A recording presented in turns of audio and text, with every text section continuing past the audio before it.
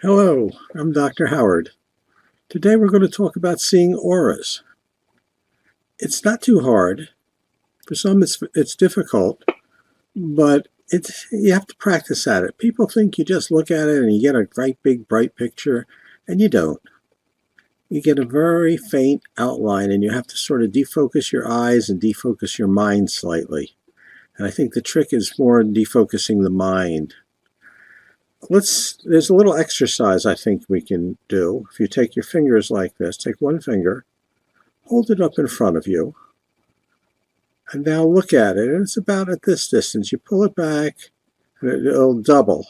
You get it out here, and it's nice and clear.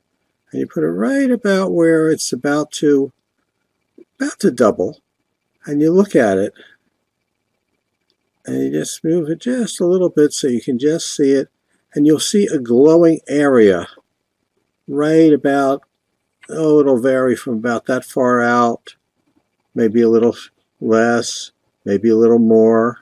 It'll be a blurry area. And then things will be clear. And the finger will be reasonably clear, not quite in full focus. If you were looking at the finger, you would not see the blurry area very well. Well, maybe you would. Depends what you hold it up, what kind of background. And you just sort of get a little halo around it. It takes some practice. Takes quite a bit of practice. After a while, you can look, as you look through the blurry area, you may start seeing some colors, and they'll be sort of pastel-like colors. They're not going to be bright, sharp colors like my jacket. They're going to be a very translucent pastel. And depending on the background, sometimes it's easier to see than others. If a sick person comes in, I look at them, and sometimes they'll be like a tornado swirling area, cone type of shape. I don't see it swirling, but I do see a cone. And it will point right to where the problem is. Depending what you need, the universe will give you exactly what you want, what you think you want, and it'll give you what you need. So anyway, that's seeing auras. Practice with it. Practice with a friend. Originally, when I started seeing them, a friend was teaching me, about 30 years ago, 35 years ago. And she was the wife of one of my professors. I was in chiropractic school at the time, and she took me under her wing and taught me to see auras. I learned fairly quickly, but she would, if we happened to be together, she would point to somebody in the area and say, "What do you see?" I would look, tell her what I saw. She would tell me what she saw. Usually, initially, the colors I saw were different than the ones she saw. After a while, I started seeing the colors that she saw. The colors made sense to me, and they made sense to her, and then we could communicate.